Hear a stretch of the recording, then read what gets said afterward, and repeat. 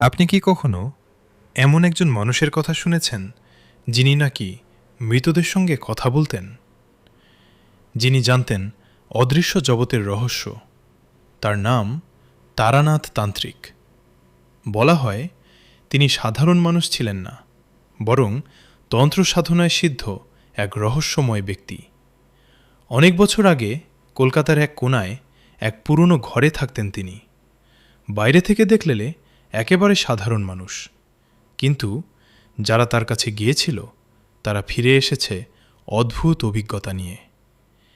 কেউ বলেছেন তিনি ভবিষ্যৎ বলে দিতে পারতেন, কেউ বলেছেন তিনি মানুষের মনের কথা পড়তে পারতেন, কিন্তু সবচেয়ে ভয়ঙ্কর কথা হল তিনি নাকি মৃত আত্মাদের ডেকে আনতে পারতেন। ভাবতে পারেন, একজন মানুষ যিনি এই জগতের নয়, অন্য জগতের সাথেও যোগাযোগ রাখতেন। অনেকেই বলেন এগুলো শুধু গল্প, কল্পনা, কিন্তু যারা তারানাথ তান্ত্রিককে নিজ চোখে দেখেছেন তারা আজও এই রহস্যের উত্তর খুঁজে পাননি। তিনি কি সত্যিই অলৌকিক শক্তির অধিকারী ছিলেন, নাকি সবই ছিল একটি অজানা বিভ্রম?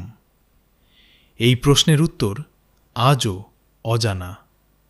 আপনি কি বিশ্বাস করেন তারানাথ তান্ত্রিক সত্যিই অলৌকিক শক্তির অধিকারী ছিলেন? কমেন্টে জানান।